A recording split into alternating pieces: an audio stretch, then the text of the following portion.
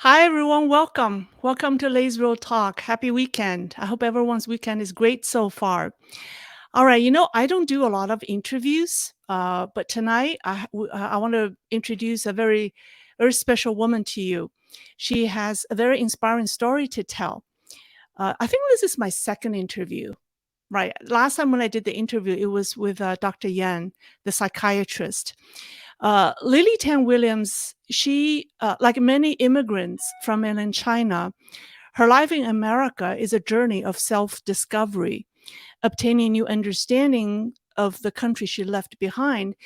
And also, the journey is a process of learning and appreciating of a new political system and a type of governance. And I found her devotion and passion to America very inspiring. And we will have her tell her stories later on. So let me bring her on. Here we go. All right. Hi, Lily. Welcome.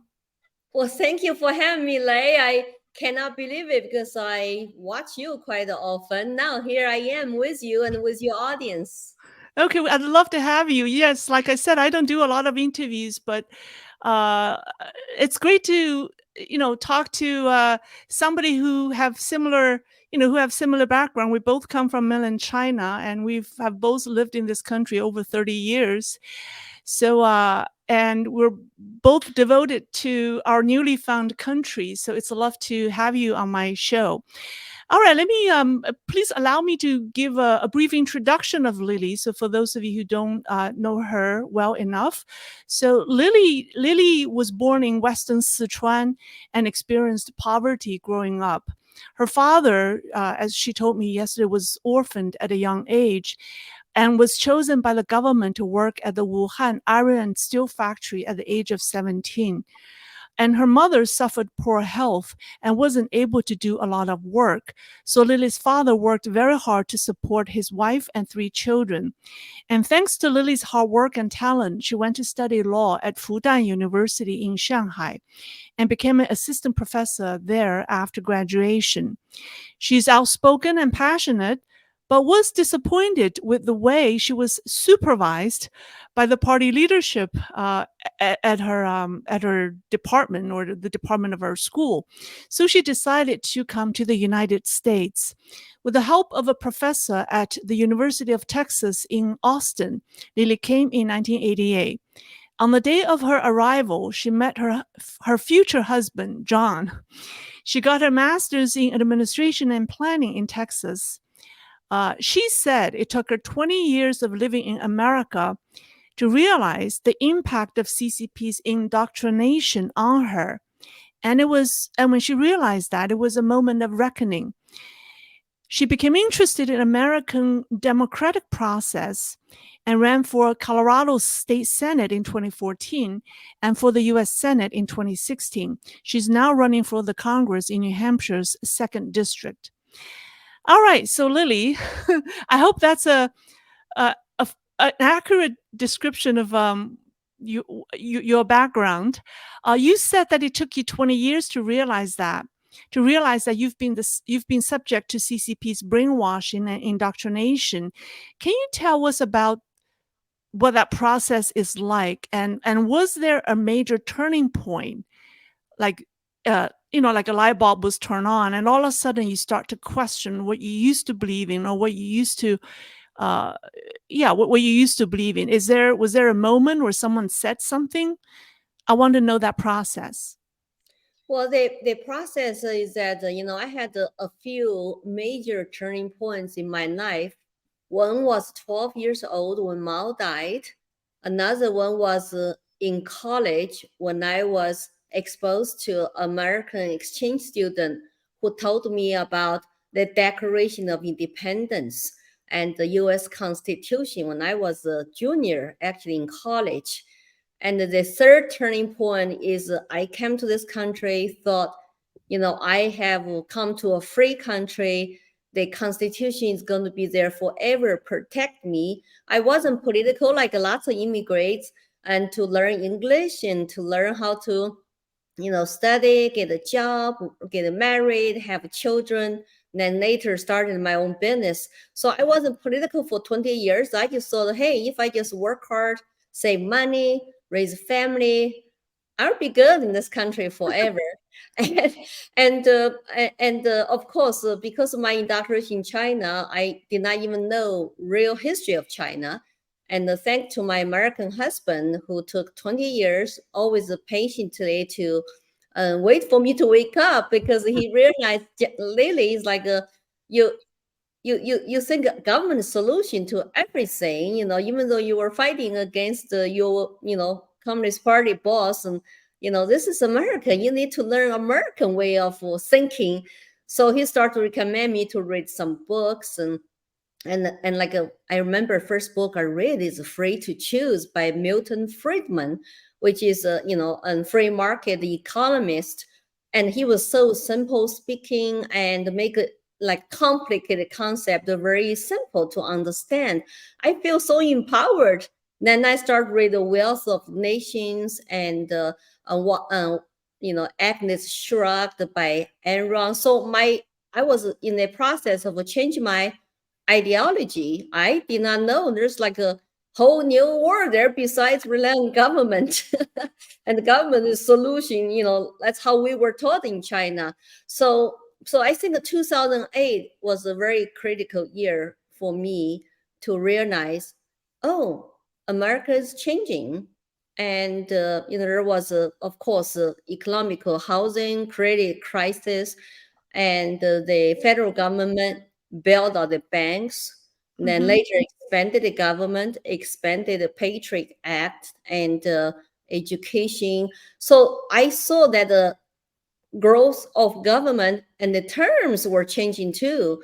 It's like we have to basically use government to deal with capitalism start working, so we need to use government. It's like, oh, that doesn't sound right. Mm-hmm. So I think throughout that process, finally I realized, oh, I was really looking for different solutions to the society problems.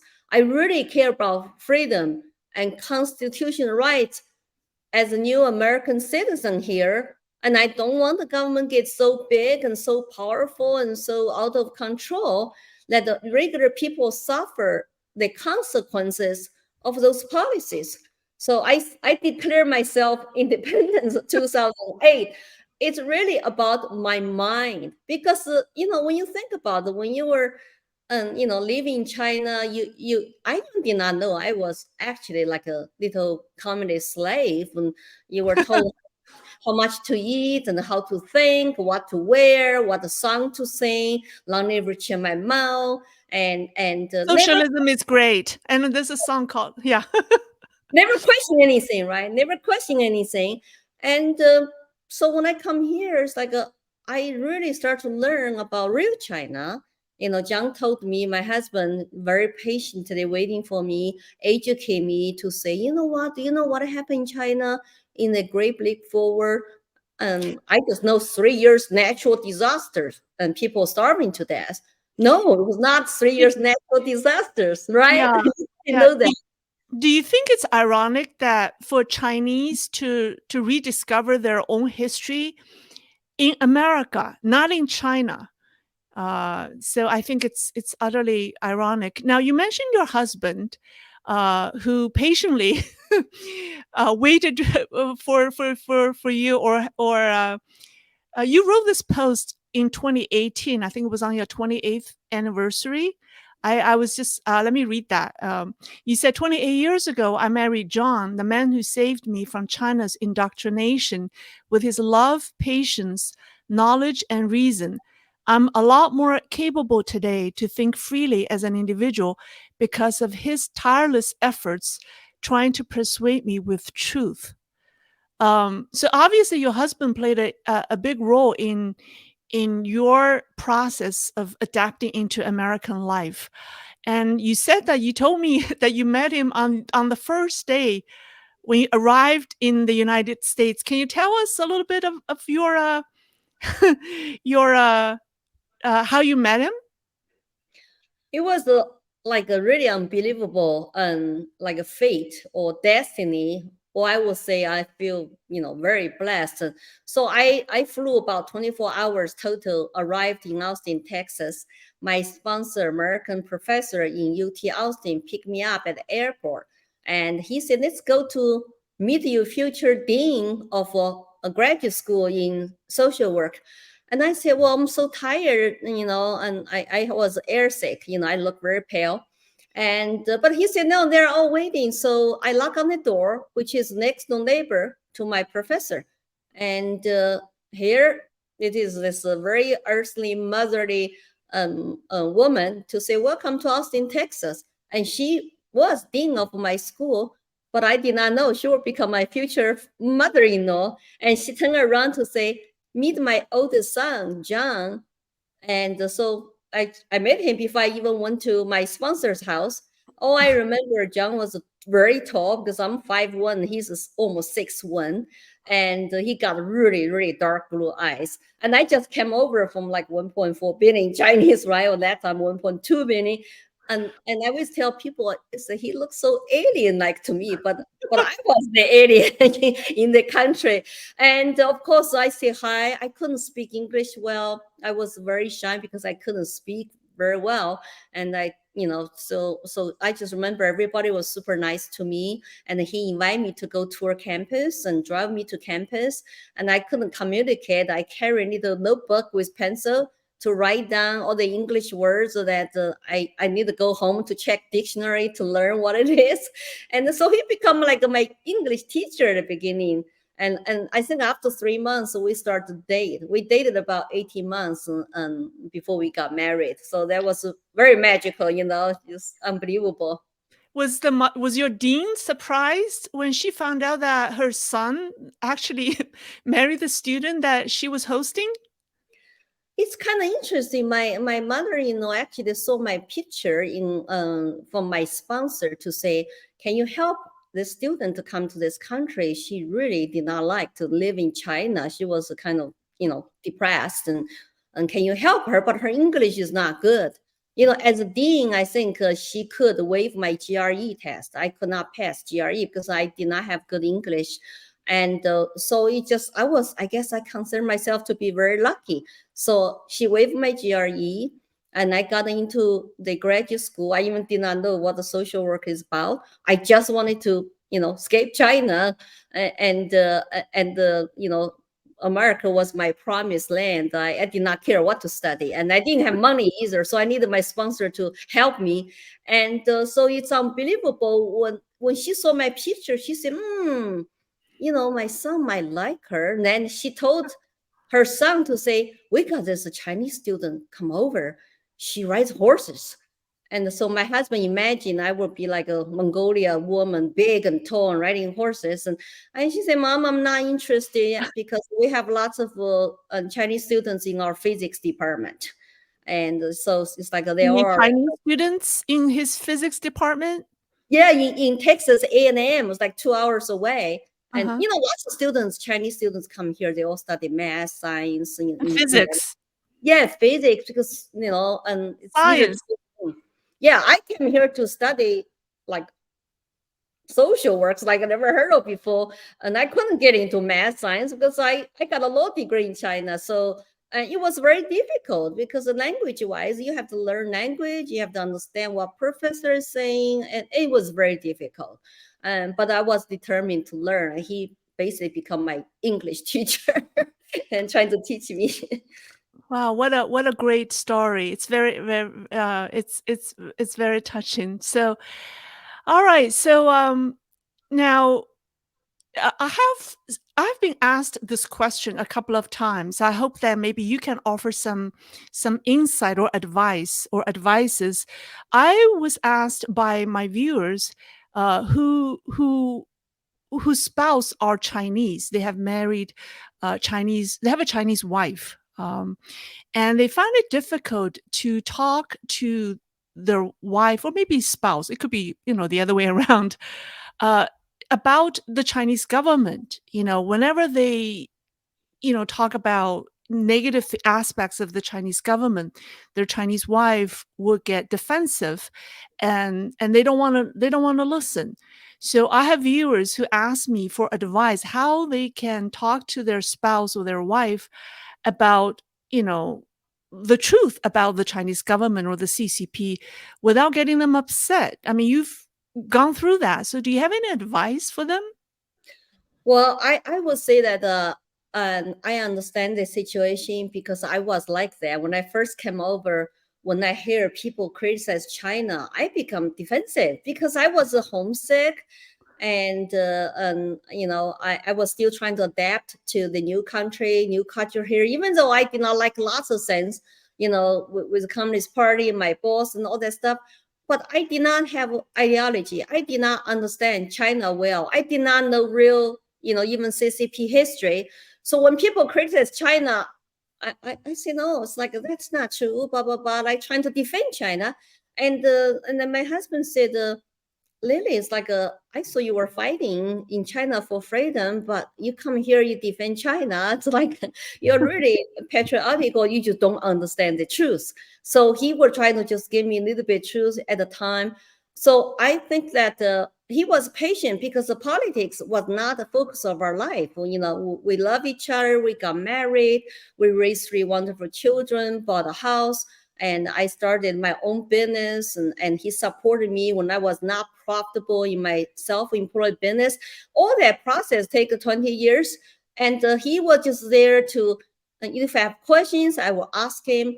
But he always asked me to read some other books to say, you were really indoctrinated and you did not know the truth about China. So he started to tell me about how many people died of starvation and what is the true cause, and also what happened to Chiang Kai-shek so he told me lots of Chinese history because my husband is from a very intellectual family. They read a lot, and he's conservative, libertarian, and I just never pushed me. He just, whenever you're reading, I'm here. So when my English got better, I read some books he recommended. So it's like he just make my light bulb turn on more and more. If I say first time my light bulb came on inside of China because of all men are created equal in the Declaration of Independence by this American exchange student. Then second time, really, I become truly independent thinker is thanks to my patient husband. So I think you got to think about all the Chinese were brainwashed all their life in China, no truth, no free press, free media. So we all were indoctrinated by the educational system, by the one-party control media and press. So it takes forever to wake up. Think about, take me 20 years, to wake up with American husband's help. Can you imagine the Chinese people in China? They never have access to truth. They never left China. Of course, lots of them just still Yeah. don't know, right? You were living in the US and took you 20 years. So if they are still living in China, even with an American spouse, it could still be very different because the environment is very different. Right. So I'm just grateful that he was there for me. He was very patient. I gave him all the credit, and he like helped me to really become an independent thinker and exposed to me to other ideologies. For example, free market capitalism, Australia economics, and libertarianism, and constitutional republic. So I learned all that concept. So when I become a citizen and I really was ready to get involved and trying to even join the party, right? It's like, hey, I become citizen. I want to learn about how my new country works. I look into, the platform of Democrat Party, Republican Party. He also told me there are some other third parties. I said, oh, you're too small. You cannot win. So You're practical. I know. So I was very practical. I said, okay. I when I first become citizen, I actually look into Republican Party and Democrat Party platform. I really like this small, limited government concept because after I read the books and watch some movies and talk to Zhang, I said, okay, I like lower taxes. I like limited government, and that's At least that's what they say in their paper, in their platform. So from a foreign student to American citizen, from independent to Republican, until 2008. And I got upset. I was Republican that time, and I left. And then I went to Libertarian Party for a few years. They want me to run for them. And I said, I don't even speak English well enough. They said, well, we just want you to be a line holder, just to run, just learn how to speak. So it was very easy because they need the candidates badly at third party. They put my name on the ballot in Colorado. And so I started to practice speaking to say why I care about freedom, why I love this country, come here for prosperity, to live an American dream. And I found out people give me big chairs, big hands. And I kind of feel like, oh, I'm making impact. People like my stories. And so that's how I started. Of course, before that, I went to an entire different process from HOA board. I know. I was so blown away by your story about you started your campaigns, or public service experience when you ran for the home HOA board, the homeowners associations, because you want to reduce the condo fee. Well, we own a primary home in Colorado, and they, when they increased my monthly dues, I said, why? I did not know why. I don't like it, right? Because I was laid off as a home, and we're trying to make every penny count. And so I said, I'm going to a meeting. So I just walked to the board meeting, and it was in the newsletter. I walked to the meeting, I asked my questions, and they explained to me why, revenues and costs, expenses, and people vote for it. And I thought, they said, Lily, if you don't like it, hey, we have open seat. You want to run? You can be board member so you know what's going on. Okay, so I ran and, get voted in and serve my community of about 340 family households and learn the budgeting process. I also was curious about my new country when you talk about representative government, constitutional republic, but the people can vote at a local level to vote who you want to represent you. So I said, what is the most local self-governance organization I can get involved? Okay, my homeowner association. So you get monthly meetings and you go through process, you listen to residents who complain about things. So you kind of learn to connect with your neighbors, which is a good thing. I always like to connect with people, ask them questions, and they also sometimes, tell me about their concerns. And then they told me how to actually speak better English too, because I had to learn that. And so it was a great experience. And later, after that experience, when my children went to elementary school in public school, I kind of did not like that because two boys were kind of like could not be natural boys. It was very strict, and they go to principal's office a lot because their boys' behaviors. So I went to a parent who said, hey, 3 parents are starting this charter school, and we have a self-governance board made up from parents. I thought that was interesting. Oh, we have a choice to take a kid from a regular public school to parents-controlled charter school, which is like 90% of maybe money goes with students. So we did not have school bus and lunch, stuff like that. But it's okay. I thought if it was better education, parents could have better control. So I put my kids in charter school, and I become very involved. And when they had the opening, I ran for the board member. I got elected. And you became the chairperson, right? Well, yeah. So when the position opened, I was there serving board member already a year or something. I said, oh, I will run. So I become chairwoman, and the new principal we hired, she did not do a good job. And so I'm the one who made a phone call, say, excuse me, your employment contract will not be renewed. So you fired her. You fired the principal. I fired her on behalf of the board, but she was really upset. It's like, are you firing me? Are you firing me? I said, yes. I said, I'm sorry, but we decided not to renew your employment contract. So I stay calm and professional, and she's gone. But after that, I hang up the phone. I feel so empowered as a parent, because you could never have a parental rights and control in China in education. So I told my husband, oh, this is awesome. I feel great. And you know, I'm doing this for a kid and to exercise the parental rights to control the charter school, right? And that means from curriculum to principal, then principal go hire teachers.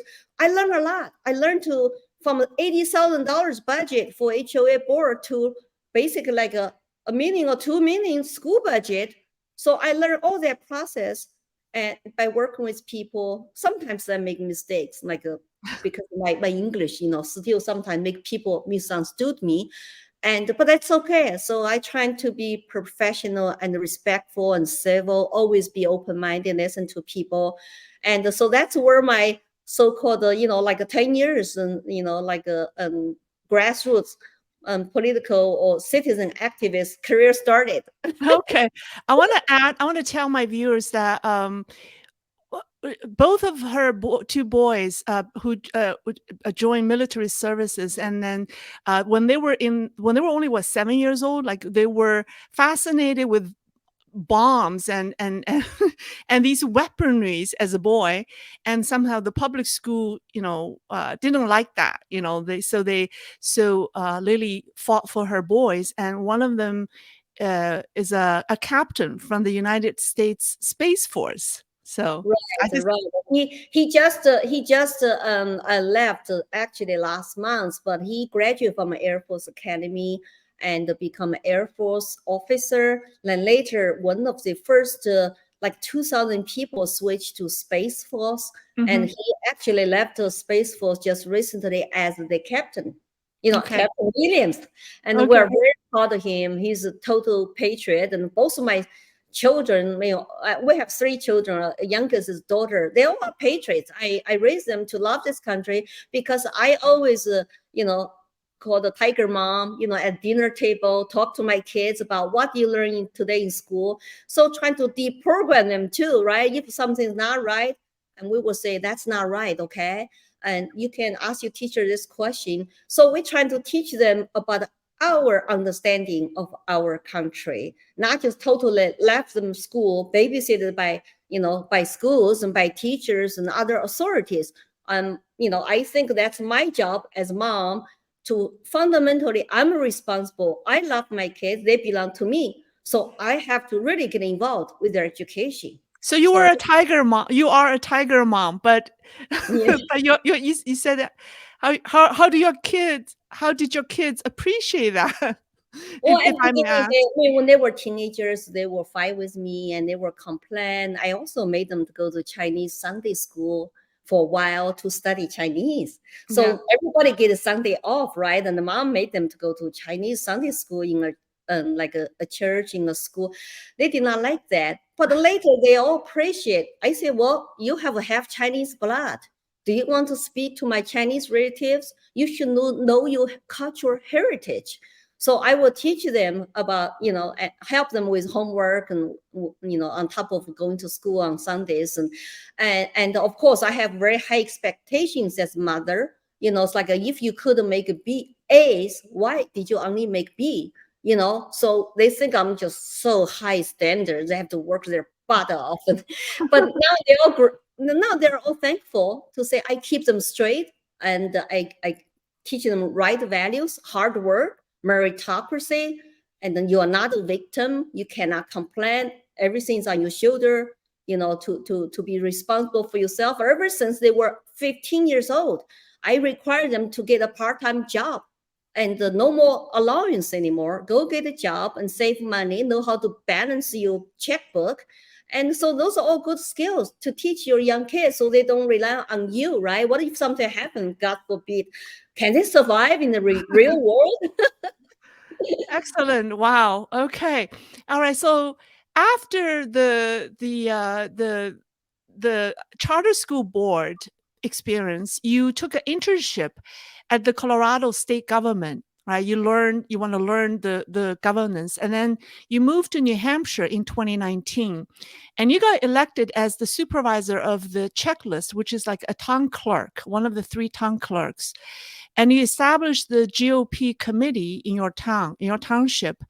And you also established an Asian American coalition in New Hampshire. And are you still the co-chair now? of the I'm the chair now. I'm the chair, and we have a board, and we're not partisan, so we're like a civics and social organization. We do potlucks, and we do rallies, and we do issue press release. So that way, it's really get people involved. We are the second largest minority in New Hampshire, is Asian Americans, and Hispanics number one, 4%. Now I think blacks are 2%. So together we are 9% of the New Hampshire minorities. That's important to voice ourselves, to engage in politics, to make difference. That's why you cannot complain if you just give up, you're not involved locally. And I also started a women's social club in my town. We no politics. We just meet for fun once a month, for lunch, for dinner. I love New Hampshire. I love people here. Even though people say, why did you move to New Hampshire? 91% white.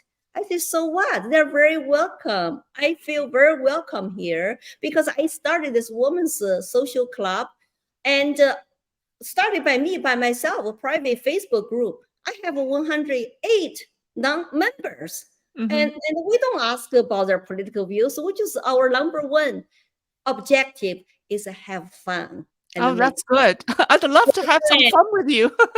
All right. That's Okay, great. good. Now let me ask you a question, a serious question. Americans' perception of the Chinese Communist Party the American perception of the Chinese Communist regime has declined drastically over the past 3 years during the pandemic, right after COVID. And with the latest tension in Sino-US relations, the negative views of CCP somehow have been projected onto Asian Americans, or Chinese Americans in particular. So as we learn more about CCP's infiltration in this country, people may develop a fear for the Chinese, or for Chinese Americans, because they don't know, right? They don't know. I mean, people fear for the CCP spies. So what will you do to protect the Chinese Americans while exposing the CCP's ulterior motives and underhanded maneuvers in this country? I always tell people, because I grew up in very poor, part of working class people, I really have this tremendous understanding and the compassion, sympathetic feelings towards just regular Chinese people, right? Because of my mom, dad, my relatives, all were one of them, did not have much at all to survive. And always were looked down by, Chinese powerful officials, also controlled by them, had very little food to eat. And so I always have that natural sympathy connection with just regular Chinese, we call the 老百姓. So now I'm here, live American dream, and running for office. I hope I'm that voice for lots of Chinese Americans here. Most of them are good, who come here, work hard, get education, get a job, raise family, and they are taxpayers. Of course, they deserve all the legal protection and the respect as human beings. And I always tell people, separate Chinese people from the CCP regime. There are only total 98 million Chinese Communist Party members out of 1.4 billion Chinese people. So we have totally like a tyranny of the minority ruling over Chinese people without democracy. They were not voted by people. So we got to separate. I think the Chinese people are the biggest victims of their own government. That's why they escape here. They come to the United States thinking better lives, either through education, political refugee status. And I know the infiltration here is deep, but still there are the minorities. So we need to be genuinely to have a respectful, civil, and behaviors and attitude toward everybody, because this is a free country. It doesn't matter where you come from. You should be only judged by your contact of your character and not by your skin color. That's why I'm against all the critical race theory, DEI, crimes against Asians, affirmative action, discriminate because people scam. We should really judge people on meritocracy. So if I say anything that I think I need to advocate and for those people who don't have voices inside China or here, and I will do it. But I say personally, I never feel that problem, even though some people attack me. Oh, she's a China spy, don't vote for her. I said if they do the Really? research correctly, yeah, I have people trying to discredit my character and connect me even with CCP. I said, are you kidding me? I said, I talk about this all the time.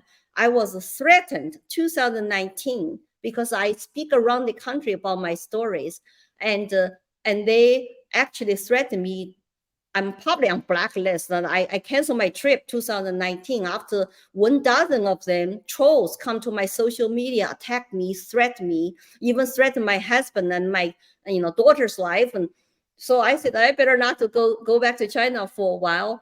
So you cannot do like a paint brush, like, oh, everybody. No, you need really and look at each individual differently. Yeah. How are your parents? Are your parents, your family in China aware of your running for public office in the United States, or they don't know? Well, I don't. I brought my parents and my one of the two brothers to this country, and my mom already passed away. So my dad, my brother, and his wife, and they're living together, take care of each other. I do have one brother, three uncles, one aunt, and they're my cousins live in China. And I don't talk to them anything. They just wonder why I cannot go back to visit them because it has been 8 years since I saw them last time, and but I just cannot say anything, and because I don't want to get into trouble. And secondly, some of them are still being indoctrinated, and Yeah. they still miss Mao. Can you imagine that? They still miss Really? Mao. They miss Yes, Mao? they miss Mao. Yeah, some of my relatives living in countryside, because remember I'm from poor families. They are not, from Shanghai or go to college, get educated, and don't have access to truth. So it's very sad. Every year Mm, December, they still want me to take 1 minute to remember the great leader. Oh, I just say, but I don't say anything because I oh, don't know. I don't. I just want them to be safe and happy, whatever mm, situation is. But I wish I will go to China someday to visit them. But I hope by then maybe they Chinese people will be more free. yes. I be Let's. I sincere when hope they that go too. there. Okay, so I'm going to ask a question about American politics. You know, American politics right now is very divided, right? Those on the left, those on the right. Um, and I know you are running as a Republican. So how do you reach out to those who voted for the Democrats, and how do you reach out to the voters in the middle?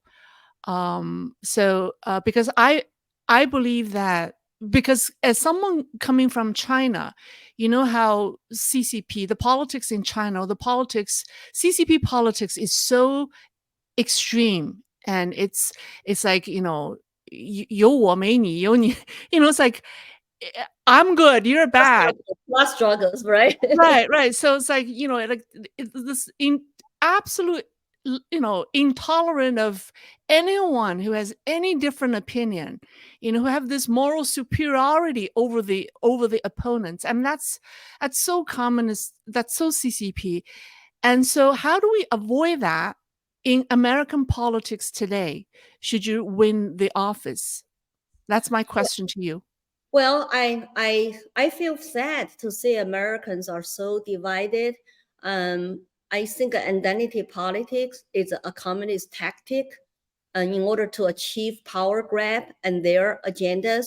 So I always try to be civil, respectful, and even some people might disagree with me on certain policies, issues. I always say, okay, we can just disagree respectfully. I always try to persuade them, but not force down on them and not lecture them. I just stick to my stories, my principles.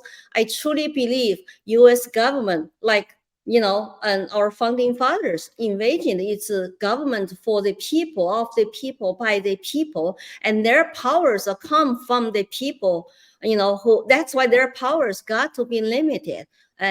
So I do not care about People's Party registration. We have 41% independent voters in New Hampshire.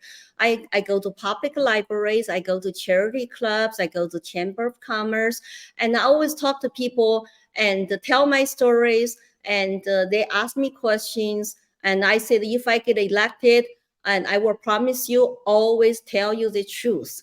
Truth to me is number one. Liberty is my North Star, and truth is something I must tell to represent people in my district. They might disagree with my stand. That's okay, but at least they can trust me, say, hey, she will not sell us out.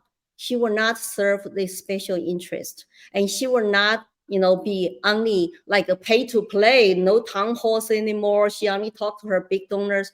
I will not become that way. I will always be close to the people. As I said, I'm really and deeply rooted in my story, my past, that I have a very humble, background from a very poor, illiterate working family. I understand regular people's concerns and issues. And right now we have this, politics, ruling class. They basically are representing and the people very wealthy on the top, or who control them. And I'm still that total outsider. I'm not a politician. I just want to serve the people because I love New Hampshire. I love this country. I want to give back. If this country had no issues at all, it was totally free American, like what I thought, a free country, I didn't have to run for Congress to go to Washington. I could just focus on my American dream and travel around and my business, my family. But I feel it's my calling because there's nobody like me is running for Congress right now who survived communism in China. Well, thank you. I want to ask one last question, then we could take questions from the viewers. And my question is, politics.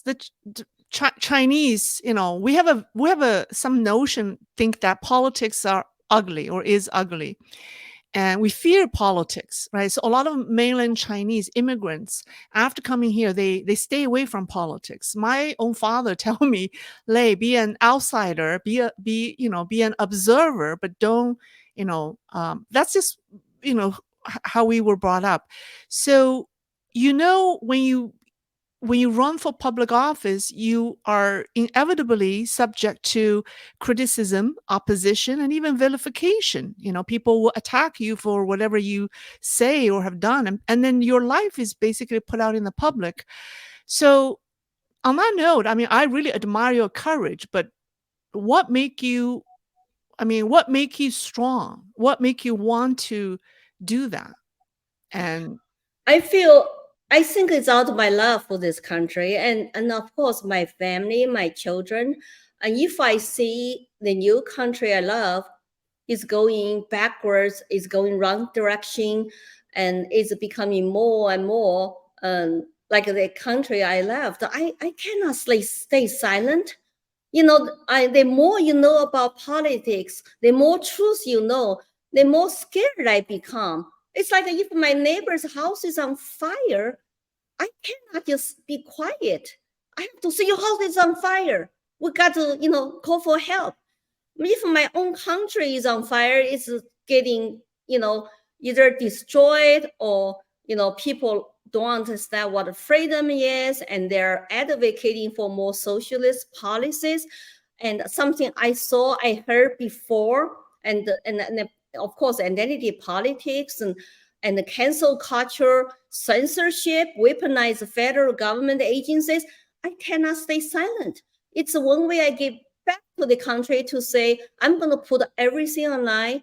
I taking personal risks by doing this because I'm answer my calling to come out, to tell the truth, to share my stories, and to unite our fellow citizens, to remind them we don't want to go down that way because I have been there before, and I love our country for the founding fathers' vision, you know, a constitutional republic, individual rights and liberty, free market capitalism, free speech, privacy, all that good stuff in the Constitution. I like to keep that way. And so, but who's got the best credibility to remind people? I feel it's me, who's somebody who survived communism and later socialism. And, you know, I think I'm the best person to remind people what could happen if we keep going down the wrong path. I have seen enough in the past 2 or 3 years during the COVID lockdowns. I was scared and I was very concerned. So even though I've been speaking around the country for 6 years, I feel like I have not done enough because I'm losing this country. My children's American dreams are at risk. And how about, you know, all the good people in this country welcome me with open arms? I don't want what happened to me happen to them. So I feel it's my duty to speak the truth and use the platform to run for Congress and to share my messages. And if I win, people decide to vote for me, I will be very honored to represent the people in DC. Okay. All right. So let's see if people have questions for you, or for me. Let me see. Hold on. Is this better? This is better. Wow.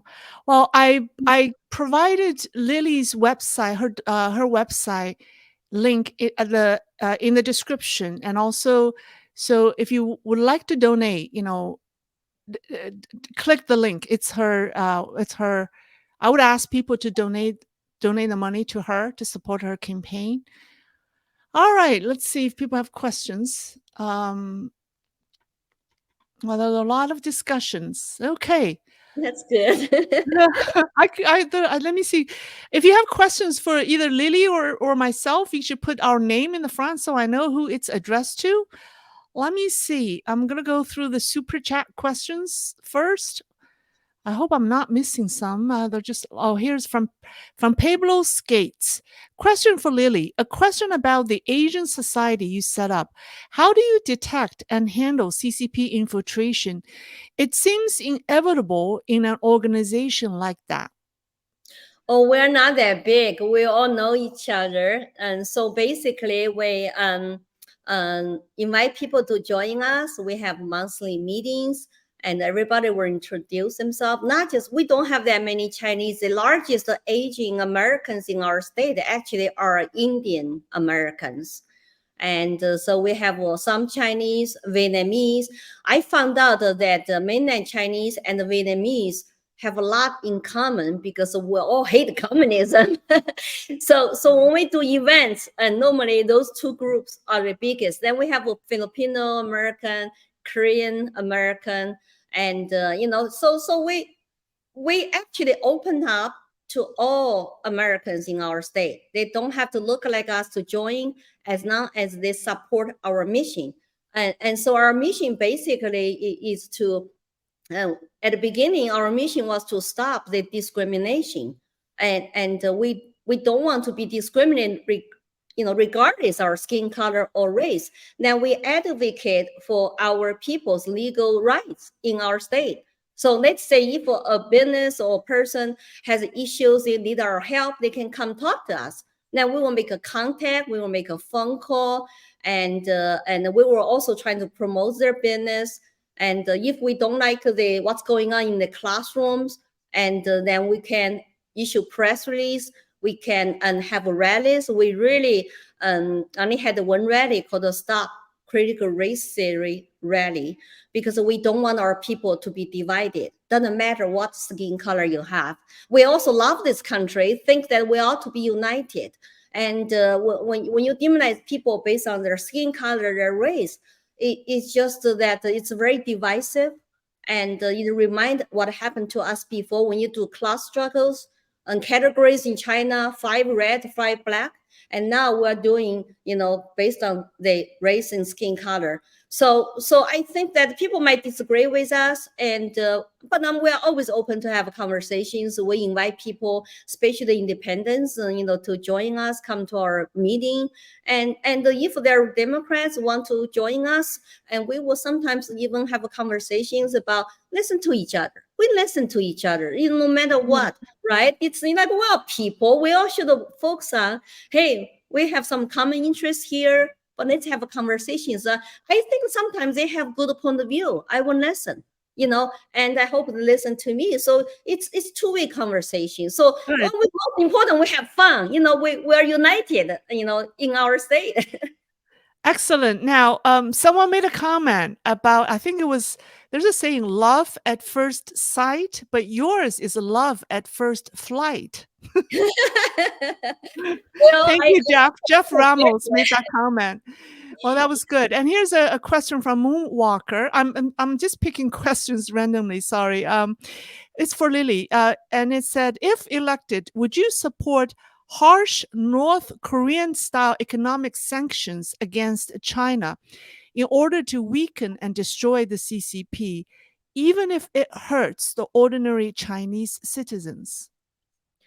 I think that for my it's I'm sometimes self-conflicted because I have lots of family and friends in China, and of course when China economically collapses, who hurts the most? They are the regular people get hurt most, and the political elites always have their money. I remember Mao had everything he wanted to eat, and we were starving. So I know that difference.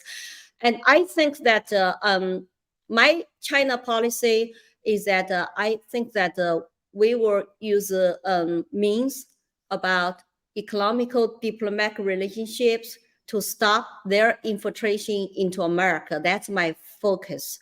I want America not to rely on China for supply chains.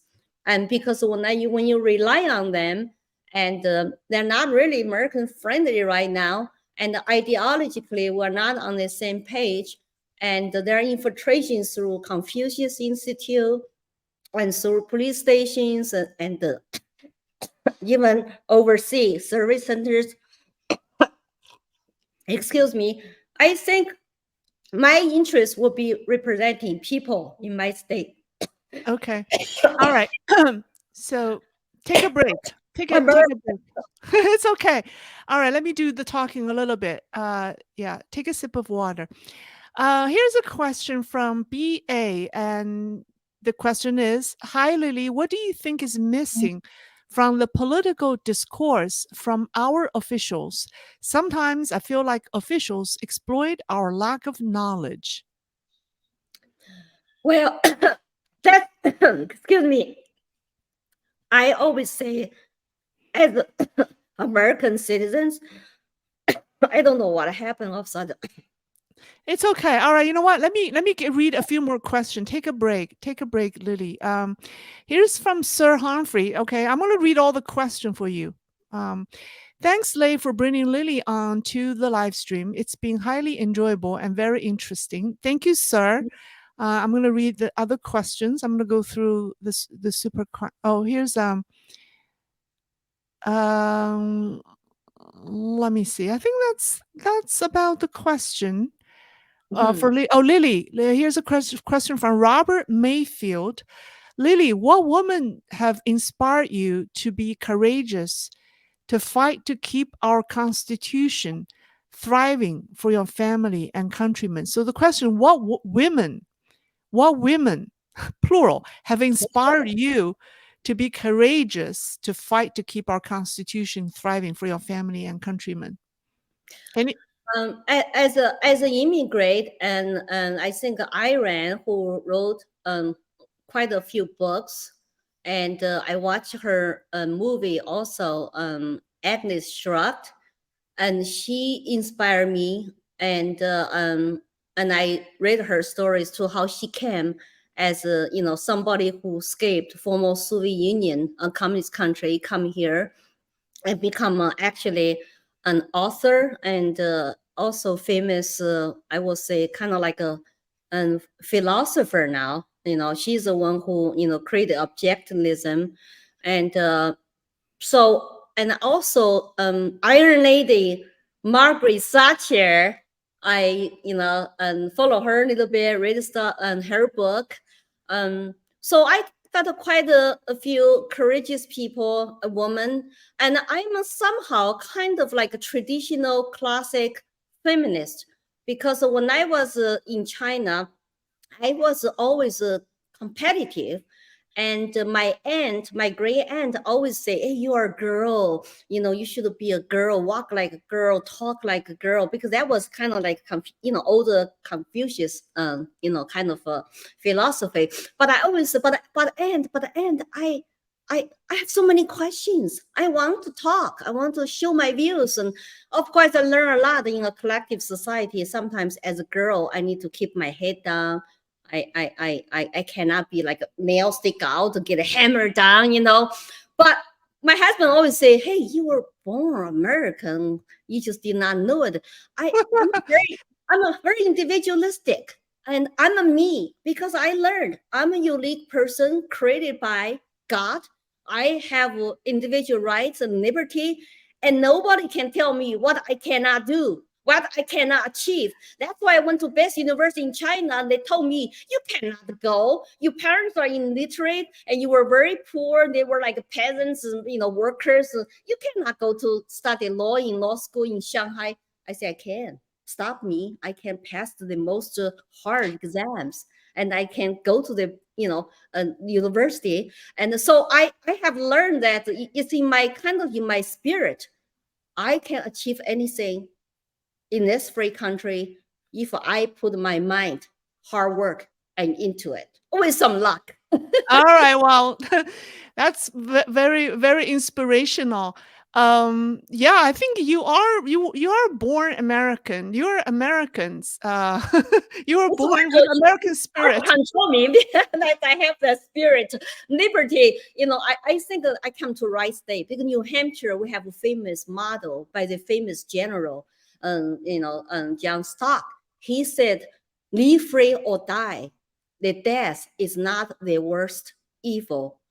I feel like I just connected with that, so that's why I'm not going to be silenced. I'm not going to be canceled. I'm not going to be living in fear, and not to do something I feel passionate to do. It's advocate, promote freedom, liberty, and to give back to my new country. Because, what can be worse? Nothing, nothing. It's live free or die state.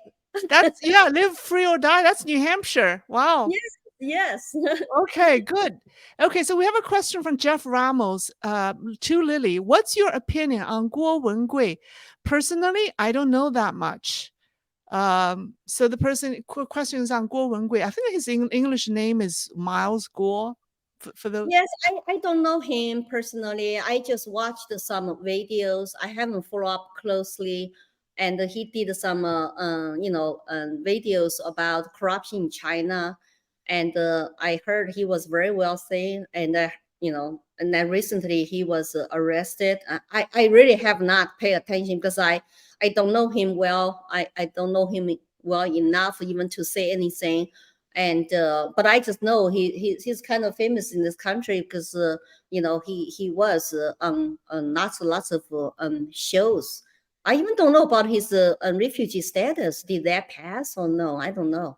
I Is think he he's a arrested. Wasn't he? He's arrested or detained, and then the judge denied bail for him. So he's that's what I know.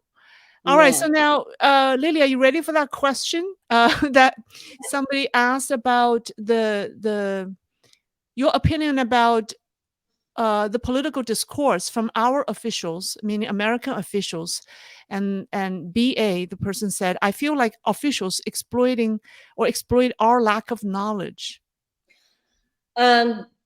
Yes, not just officials. I think that's what worries me. It's the collusion between government officials with the big tech, with the social media companies, to together. They work together, and almost sometimes maybe feel like they don't tell truth anymore. So if you don't comply, you say something not right, you get canceled. So as regular people, when you don't have access to the whole truth, to open debate, to idea exchanges, I just went to Medical Freedom Summit in New Hampshire today. I met 2 doctors during the COVID. They had different opinions and they were censored. They lost their job because one doctor, like Peter McCollum, he was talking about early treatment for COVID patients that could be effective, save their lives. But he was censored. He was crucified. His interview on Joe Rogan show, and was basically, I think, censored. People even trying to shut down Joe Rogan show. It's like this is a free country. You don't have to agree with them, but what's wrong with them to talk about it? So when people don't know the truth, you can say, oh, they're taking advantage of the regular people who just ignorant about politics. Most people are busy working, raising families, paying taxes, work. Some people I know are 65 still working, so hard because they cannot afford to retire. And it takes time, energy to follow politics. That's why, you're supposed to represent the people. You need to keep your voters informed, but they don't. So we got this situation now that people are denied to know the truth, or they think you are too dumb to know the truth. We decide what is this information, what is the truth, by who? By who? I trust the people to decide. But today's American seems like any government can do that with social media and big tech to decide what is the truth. I'm totally against that. You know what? Based on what you said, Lily, I have a feeling that Chinese Americans could be the most substantial defender of American American democracy, precisely because of their previous experience with communism. Right, we could not speak like this. I get locked up. I go to jail. If we didn't, if Chinese, particularly the ones from mainland China, they're so sensitive. They're so sensitive to censorship because that has been such an important part of their life. So, yeah.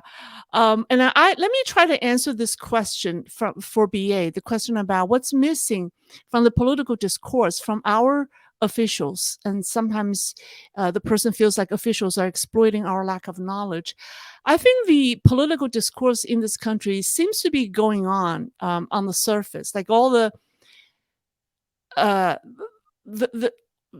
people are all the political apparatus, right? The how to say, the structure of the American political system is still functioning as before.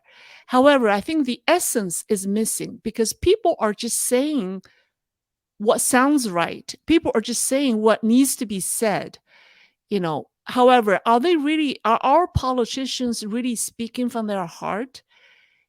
So that's why I think more and more people, including myself, are being skeptical about politics, because you hear politicians saying all these wonderful things that's high sounding, right? But you wonder, well, do they really believe in what they say, or are they really speaking from their heart? So I think the politicians who are going to do really well in the next wave of American politics, or in the next 10 to 20 years, will be the ones who are not afraid to speak from their heart. And I think that's important. And then they don't say it because it's needed for politics. They say it because they believe in that. And that's what's missing. And then if we lose free speech in this country, that means also people cannot think freely. Because when you speak, you are speaking your mind. So when you are not allowed to speak, I feel sad to say people are so worried to be called names in this country. They are afraid of speak up. They're afraid of to be canceled, lose their job, lose their career, and boycott by the activists on their business. And this is not American. And we immigrants who know better about power of propaganda and censorship, we should come out to defend the fundamental human rights, which is free speech. And so I think that if we could not speak in our native country, and this is our new country now, and we should have the courage and to speak up. Okay. Here I have a question from Mr. BA or Miss BA. The question is, I think it's addressed to Lily. Do you have a plan for when you are in office to call this kind of stuff out? Yes, as I said, I speak the truth. And there are lots of colleagues, maybe in Congress, they have different ideologies and they push for different policies. And I will call them out to say, hey, that kind of policies sounds like a very socialist to me, and I survived. And that kind of system, I think we need to, go back to founding fathers' vision of America. And so I will call out, and the politicians who are lying, who make sense up, who don't really speak from their heart, and I will explain my votes. If people don't like how I, vote, I will explain to them. We just have to disagree respectfully, but I always go back to the people to get the input and to listen to them. As I said, I'm not for sale, and I will speak the truth. I will call them out. And if people decided, hey, you know what, we don't want her in the Congress anymore, I respect that. I think politicians should never be career politicians. We should have term limits. And because, that's not what our founder fathers wanted, the career politician being Washington, D.C., where this tag congressman, congresswoman, like the movie My Little Precious in the Lord of Rings, that kind of a power after a long time can actually make you lose in touch with people. That's why I kidding people last time to say, you should elect somebody like me, kind of treat me like a little hobbit, like a Frodo. And wear the magic ring, the power, that ring, but I have more resistance because I know better what freedom means to me. And that's my North Star. And I will not my soul. Okay, good. That's very well said. All right. It's been wow. It's been more than 1 hour. This is the longest program I've ever run on Saturday night. This is amazing. It's over an hour by 9 minutes. So I think we'll end it here. I think we answered all the questions. Well, Lily's website and the link to support her is down in the description. So I hope you guys can give her your support. And I thank you, Lily, for spending the time with us. And good luck to your campaign. And enjoy the rest of your weekend, okay? Thank you so much for having me, and Lei. I really appreciate it. And so let's work, keep American dream alive. That's my slogan. It's all about American dream. Thank you. Okay, thank you. Thank you, Lily. Good night. Yeah, bye-bye. Bye.